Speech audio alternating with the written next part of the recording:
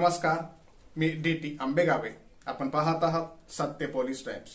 प्रथम तालागावची ग्रामदेवता चंडिका मातेला नतमस्तक होतो. महाराष्ट्राचे आराध्य छत्रपती शिवरायांना वंदन करतो. हिंदू हृदय सम्राट सरसेनापती बाळासाहेब ठाकरे यांच्या स्मृतीस अभिवादन करतो. आणि या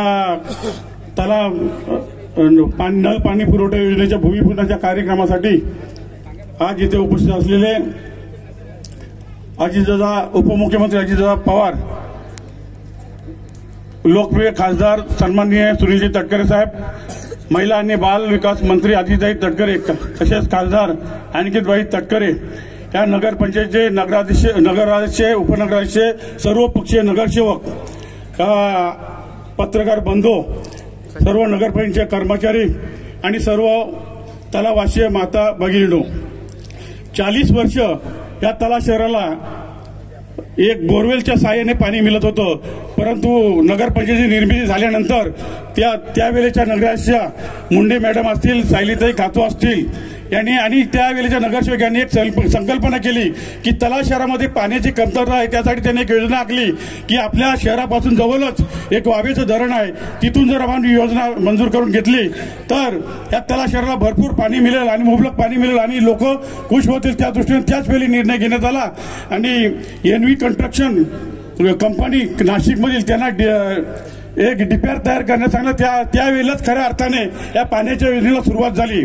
त्यावेळेला MJ ऑफिस हे वर्लीमध्ये होतं. त्या ठिकाणी जाऊन ती फाईल अडकली होती. त्यावेळेचे आमच्या शिवसेनेचे नगरसेवक यांनी ती फाईल भरत शेठ गोगोले यांच्या सहाय्याने सरकवण्याचा प्रयत्न केला आणि त्यावेळेचे नगरविकास मंत्री एकनाथजी शिंदे साहेब त्यांनी तत्वता मान्यता दिली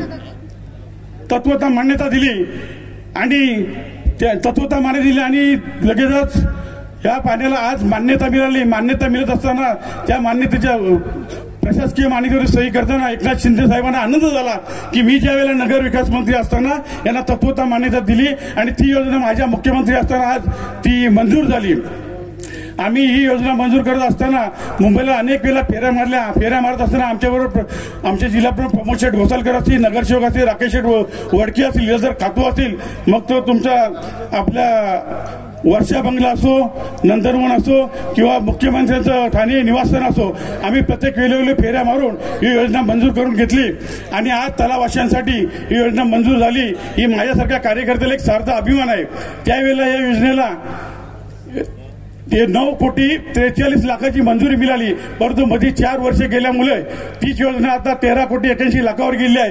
तरी ही योजना चांगल्या प्रकारे तळावासियांसाठी पाण्याची योजना पूर्ण व्हावी अशा मी शुभेच्छा देतो.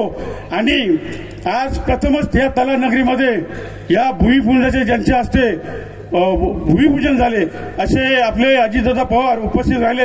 दादा, आपणास काही आमचा शिवसेनेचा कोल्हापूरमध्ये एक मेळावा असल्यामुळे या राज्याचे उद्योग मंत्री उदयजी सामंत साहेब हजर राहू शकलेत नाही.